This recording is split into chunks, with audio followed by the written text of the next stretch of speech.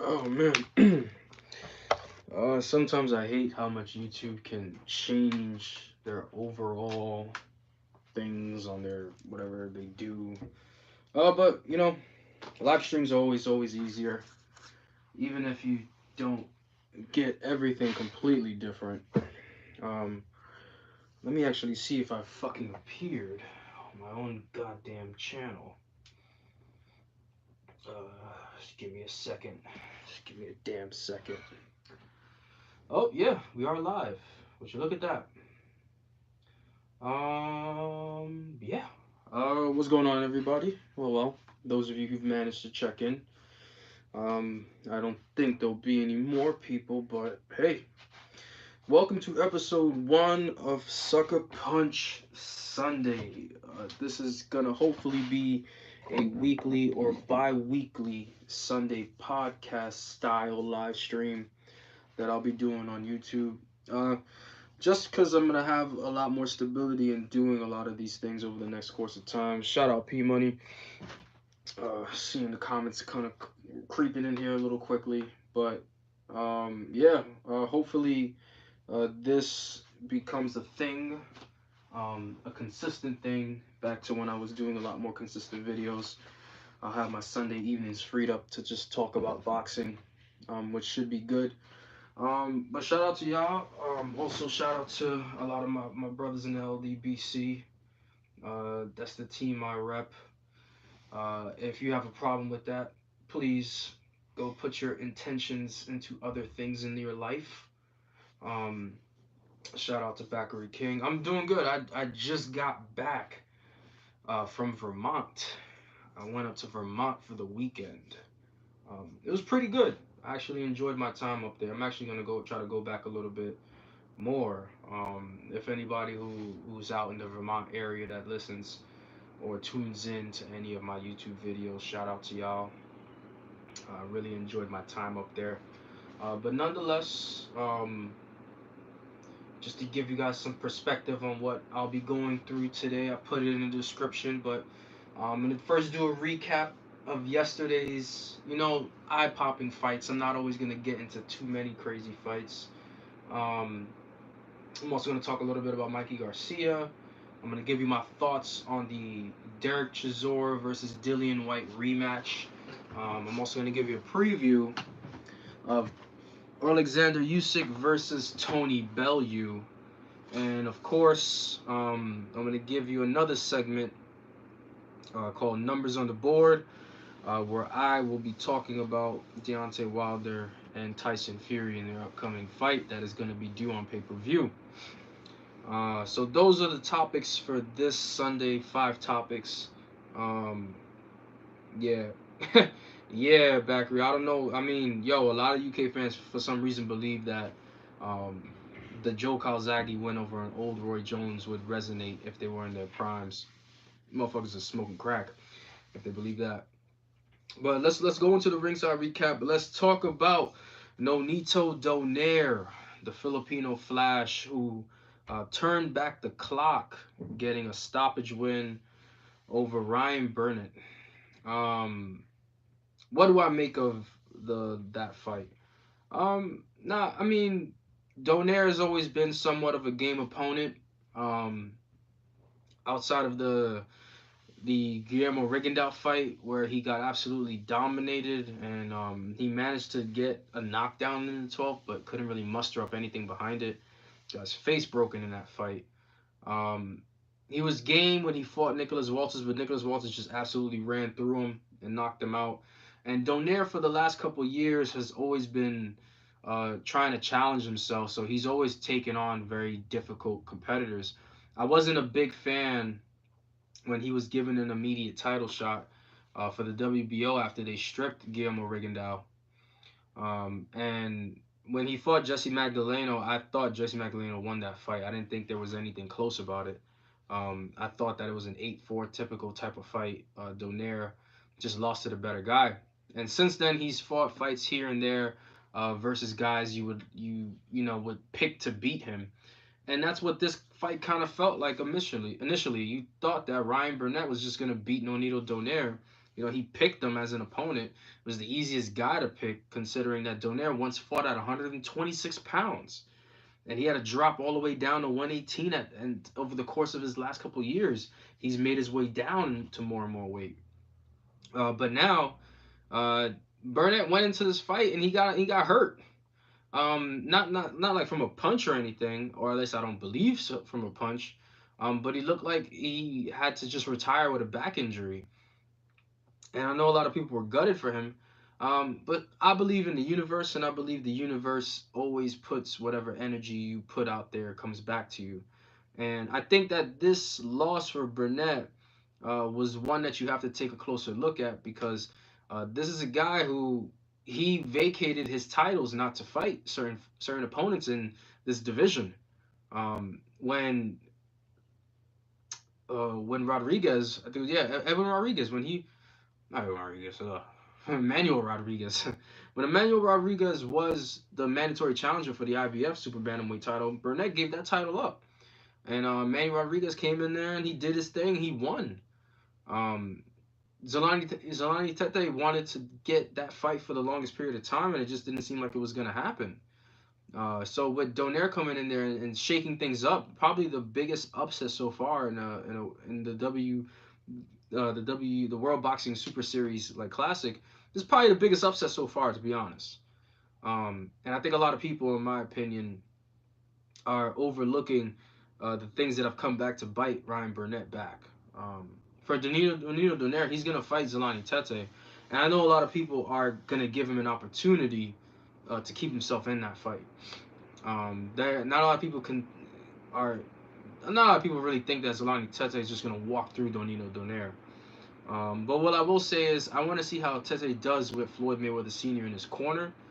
That will be his trainer for this series going on, and I just think at the end of the day, you know, Naoya Inoue is just, in my opinion, just gonna rip through this competition. I think he's gonna stop Emmanuel Rodriguez, and I think he's gonna stop the winner of Donaire versus Tete. Uh, but we'll see what happens. It's interesting. You know, I'm intrigued. For Ryan Burnett, you know, speedy recovery. I hope things work out for you. You know, maybe you'll be fighting again in the near future, but you know, tough way to go out. That's all I'm gonna say on that. Next, you have Josh Taylor, who absolutely destroyed Ryan Martin. And like I've always been saying in the past, Abel Sanchez is a trash trainer. And this is just another guy who happens to be an Abel Sanchez guy who ends up being trash. If we just want to be honest.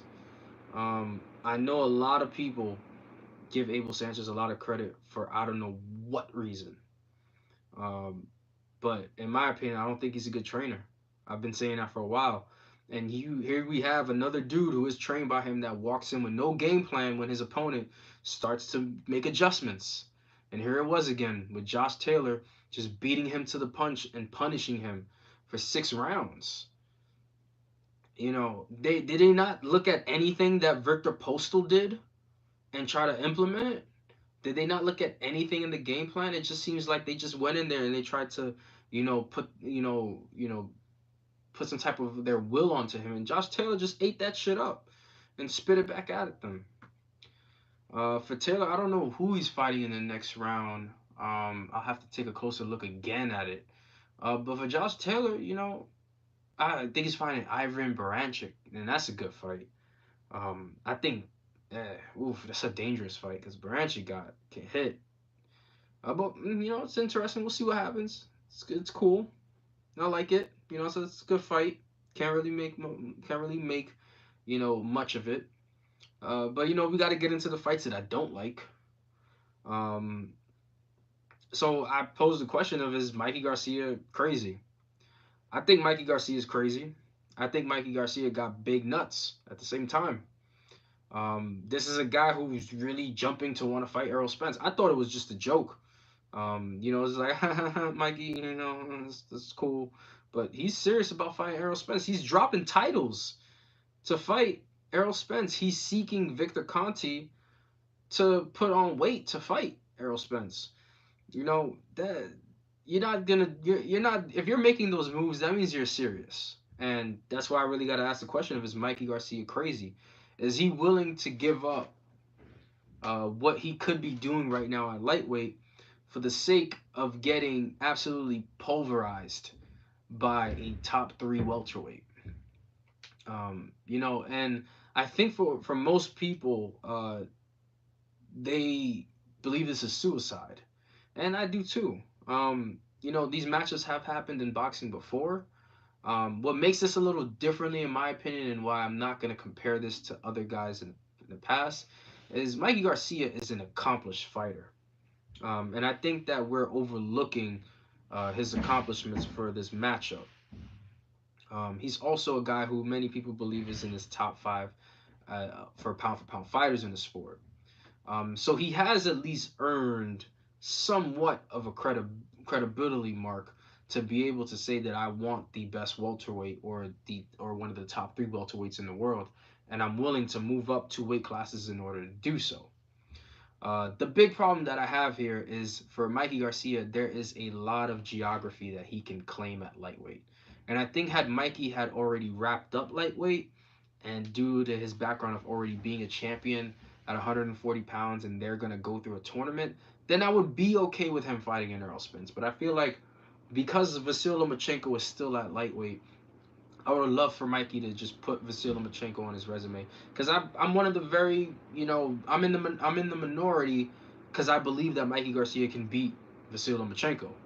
Like, make no mistake about it, I believe that Vasyl Lomachenko is very beatable, and a guy like Mikey Garcia, you know, a guy who's a textbook boxer who doesn't waste punches and who doesn't often find himself off balance, can beat a guy like Vasyl Lomachenko. But for some reason, you know, he wants to fight Errol Spence, and I can't sit there and put too much blame on Errol Spence, because Errol Spence is just gonna be sit there and be like, hey, fuck it, I might as well take this fight and beat the shit out of this guy and make a ton of money for it. You know, it's not like Keith Thurman is rushing to fight me. It's not like Sean Porter's rushing to fight me. You know, Danny Garcia is probably not even gonna have my name in his mouth for a couple months. You know, and if all the huffing and puffing when it comes to Top Rank and Terrence Crawford, we know they won't reach across and send Terrence Crawford to fight Errol Spence.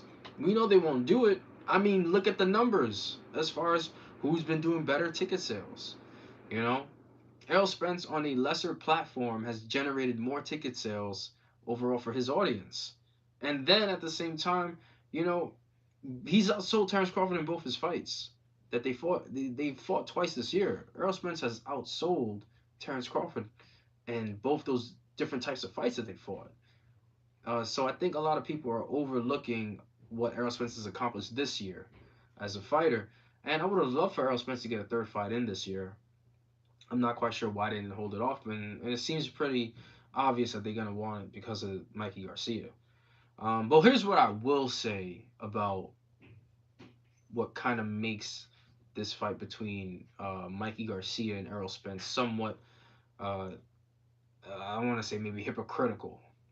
A lot of people wanted Mikey Garcia to fight Terrence Crawford.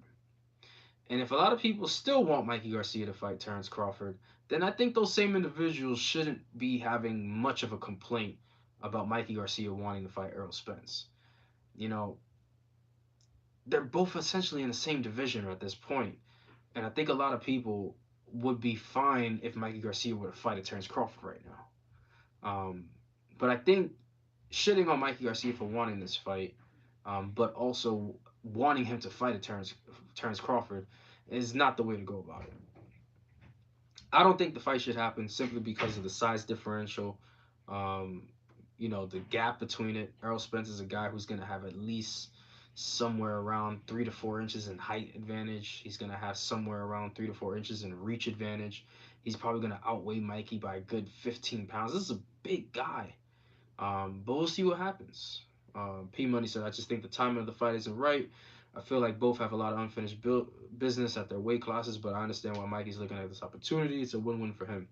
And yeah, but it could also be a very lose-lose for him because it depends on what the punishment is like. You know, a lot of people like to say that Kell Brook, when he fought Gennady Golovkin, it was a win-win for him.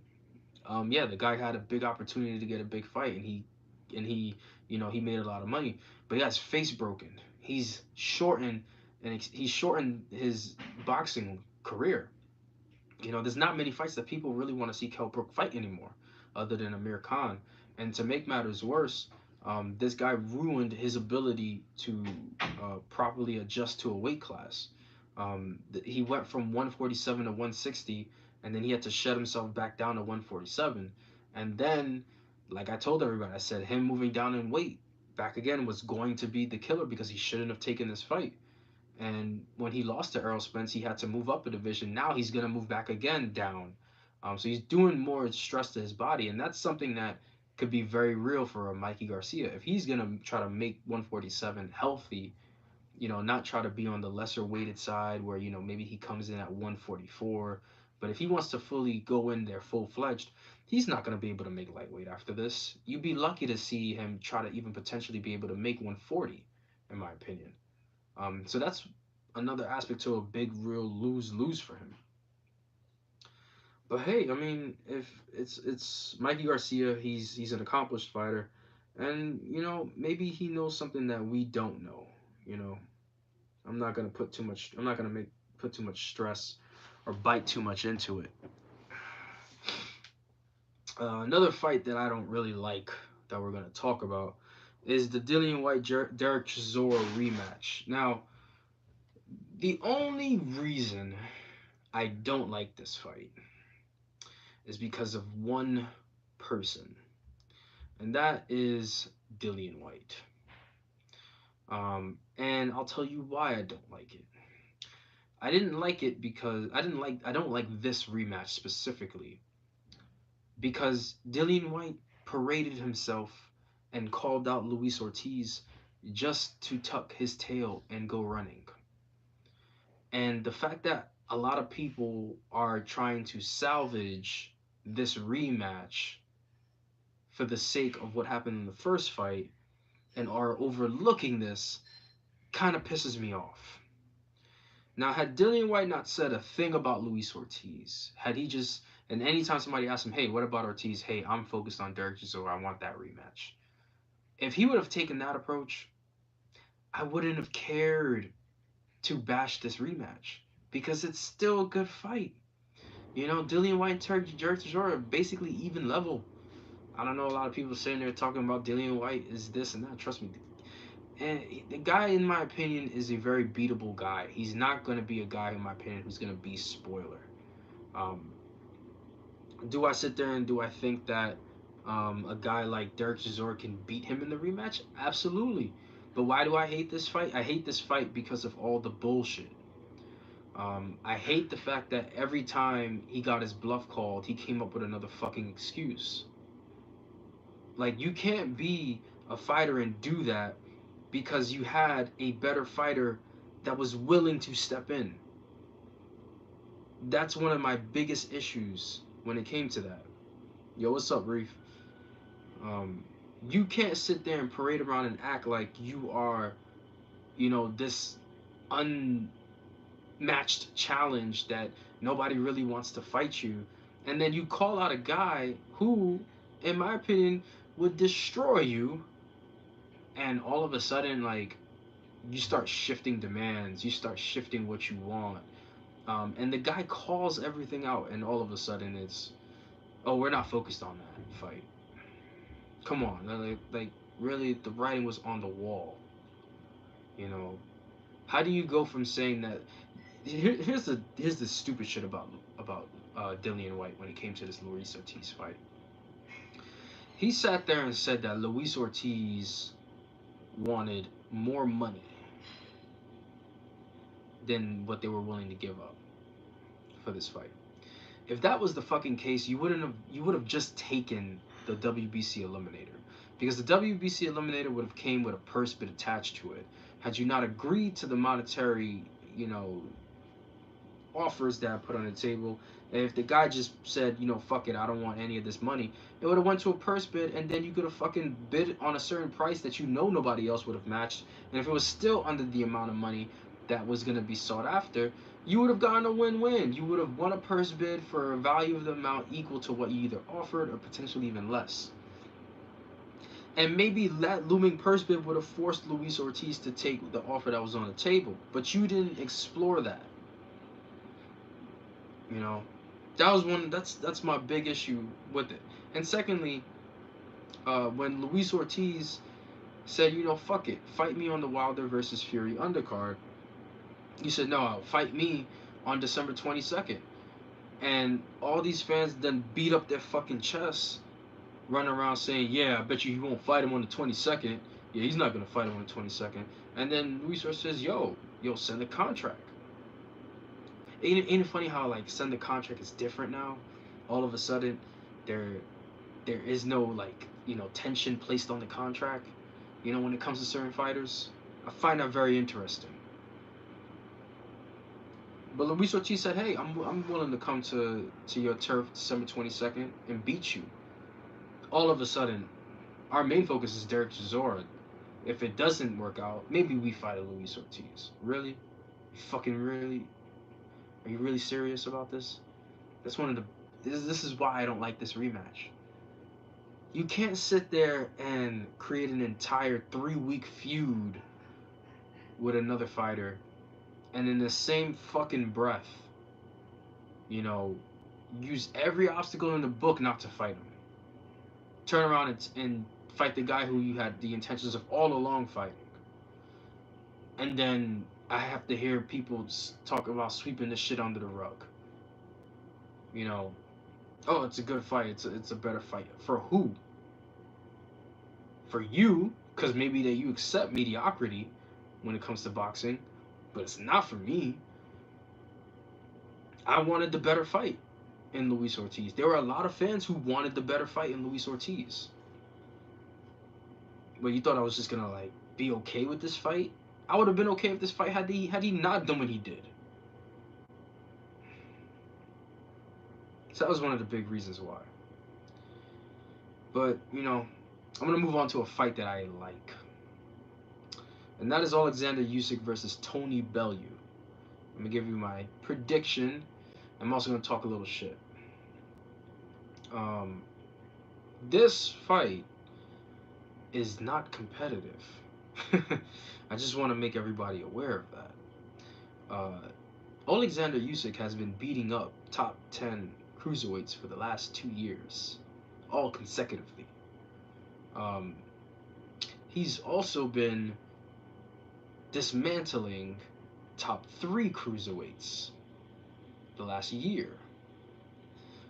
You now suddenly believe that he is going to struggle with Tony Bellew, who has to drop weight to fight him. Same Tony Bellew who has one top 10 cruiserweight on his resume. And you believe that he is going to be the man that is going to give Alexander Usyk problems. Alexander Usyk, competed at heavyweight as an Olympian. I might, let you know. He fought guys like Joe Joyce in the World Series of Boxing. Usyk is used to fighting guys big. And if you believe for 1 second that he's suddenly going to stop learning what to do, what he's been doing when it comes to Tony Bellew, you need to give me your drug dealer's number. Tony Bellew is going to be lucky to win 2 rounds against Usyk. Alexander Usyk is going to toy with Tony Bellew. And I think so far, Usyk is probably the fighter of the year, in my opinion. That, of course, can all change if a guy like Deontay Wilder can destroy Tyson Fury in dramatic fashion. But so far, I believe that Alexander Usyk is probably going to be fighter of the year. The Tony Bellew fight isn't, going to give him, extra leverage. No, the Tony Bellew fight is a stay busy fight for Alexander Usyk. That fight is going to look a lot easier than a lot of people are expecting it. And maybe a lot of people are all of a sudden, they're high on Bellew because of this. You believe beating a semi-retired David Haye with back-to-back Achilles tendon injuries is going to force me to believe that this guy is going to have a shot against one of the best fighters in the sport today? I don't think so. I'm sorry. You know, Usyk is one of those guys that doesn't get, you know, a lot of attention consistently. Um, I know a lot of people, they fall in love with the character and they like him because of his affiliation with Vasyl Lomachenko.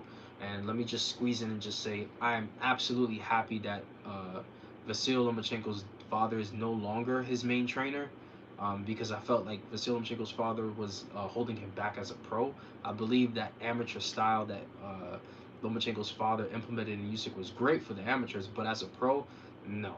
I'm not too sure who his new trainer is, but the guy who's the main trainer now has Usyk probably in a better position than what Lomachenko's father had him in. I believe um, when Bashir was his trainer, I believe it was great. I don't know why he switched from Bashir to Lomachenko's father. Lomachenko's father tried to turn him into Lomachenko, and that's not Usyk. People who believe that these guys are the same fighter really don't watch much boxing, in my opinion. I can break down their styles and I can tell you what one guy does well that the other one doesn't do well. Um, and I think overall the resume is what shows the difference between it. Usyk's resume is far better than Vasyl Lomachenko's, in my opinion. And I think any pound for pound list that doesn't have Usyk ahead of Lomachenko, you should really take a second look at it. Uh, But I believe Usyk is just gonna walk in there, implement his jab, throw uppercuts and hooks from angles as he circles out Tony Bellew. Because Tony Bellew is gonna be fighting on the front foot, in my opinion. I believe that the only way Tony Bellew can probably win is if he fights off the back foot in hopes that he lands something big. But I just believe that Usyk is just gonna go in there and beat him. I don't think it's gonna be difficult. I think it'll be a cakewalk. I think either the corner or the ref will stop this fight somewhere between the mid to late rounds. I don't think Tony Bellew is going to be. Tony Bellew is going to have that look on his face that Murat Gassiev had in about round 5, when he is like, can't fucking hit this guy. If a Murat Gassiev, one of the most conditioned cruiserweights, couldn't land any clear leather on Alexander Usyk, you believe that Tony Bellew, who has to drop weight to go back to cruiserweight, is suddenly going to be able to do it? I don't think so. And of course, to wrap up this first episode, we are going to go through the closing segment, which is numbers on the board. It just so happens that this week we're going to talk about Tyson Fury and Deontay Wilder, and we'll talk about their pay-per-view. I've done similar segments in the past. You know, the boxing is a business segment. You can always check out where people say stupid shit and then the numbers are revealed in order to shut them up.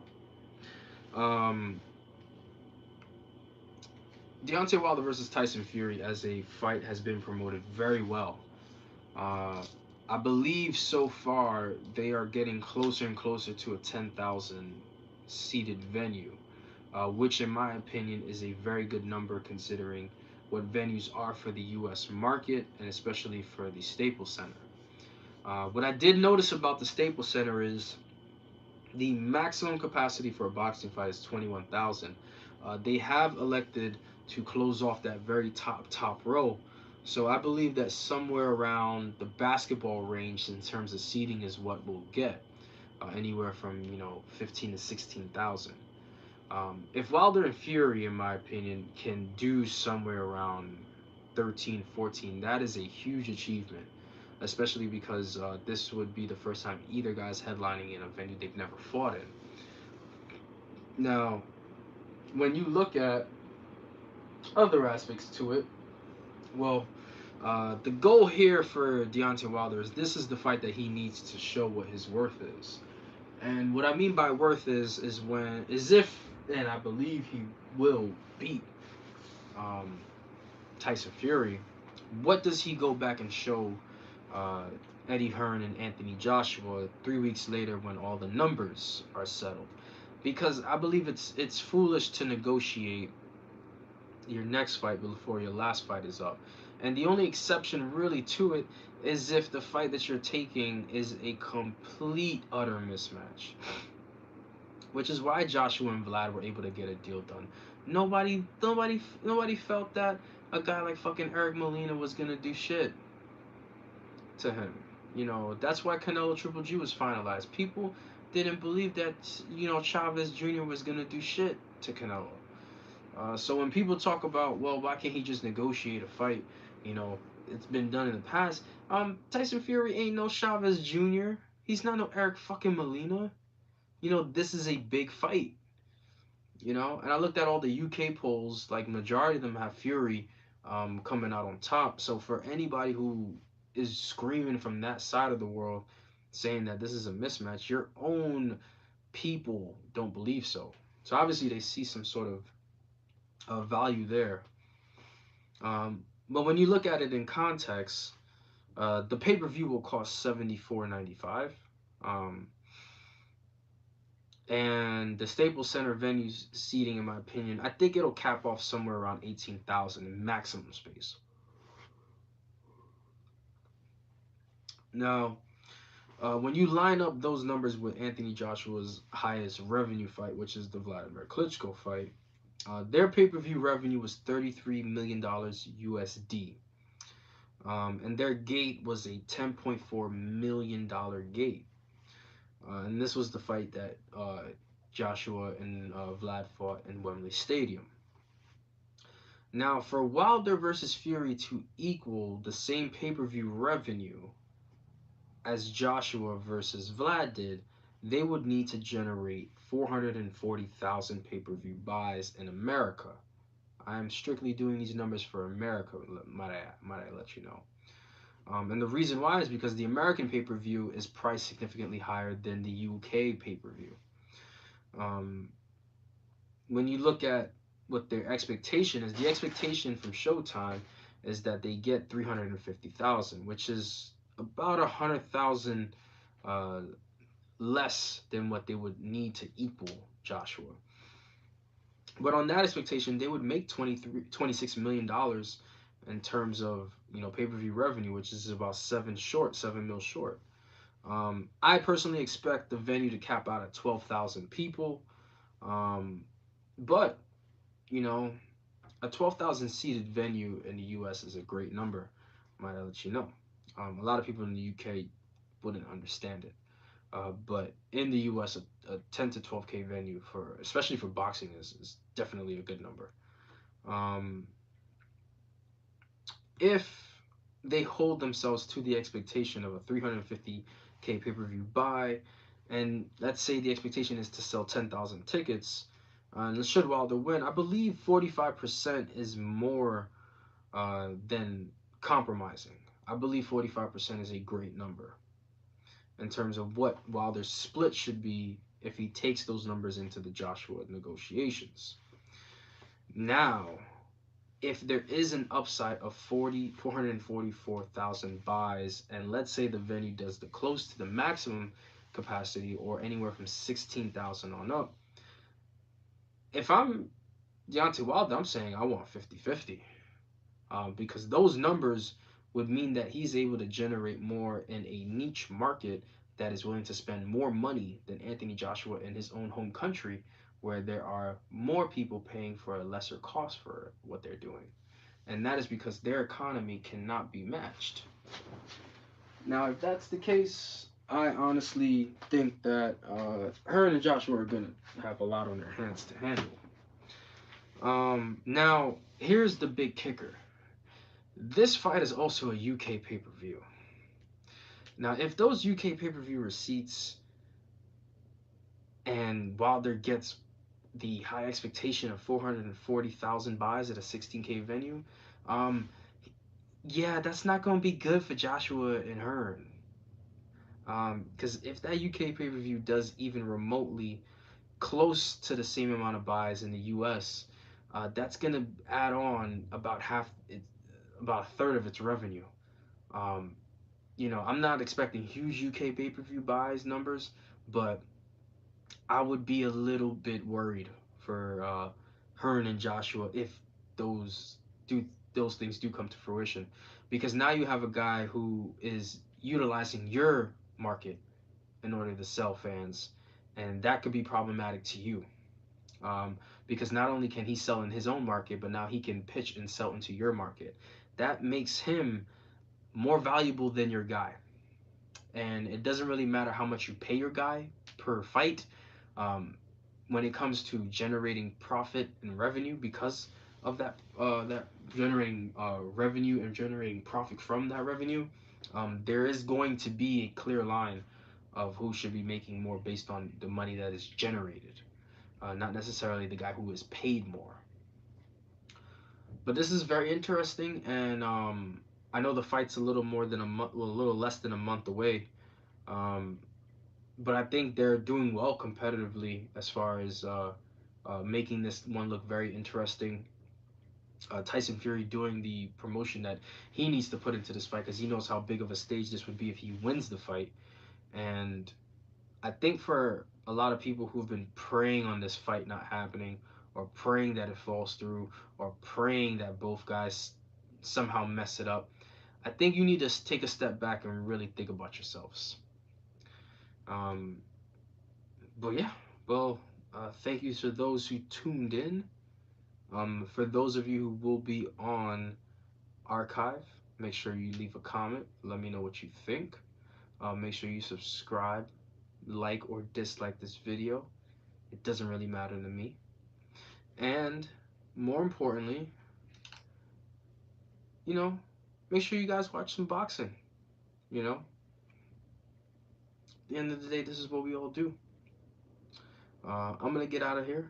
Shout out to my brothers in LDBC once again. It's your boy Fight Critic, and thank you for tuning in to the Sucker Punch Sunday episode 1 live stream. I hope to be back next Sunday to give you guys more talking points. Let's see if my Alexander Usyk versus Tony Bellew prediction holds well. I called it mid to late rounds stoppage for Usyk. And we'll see what happens. Enjoy the rest of y'all week, and make sure y'all productive as usual.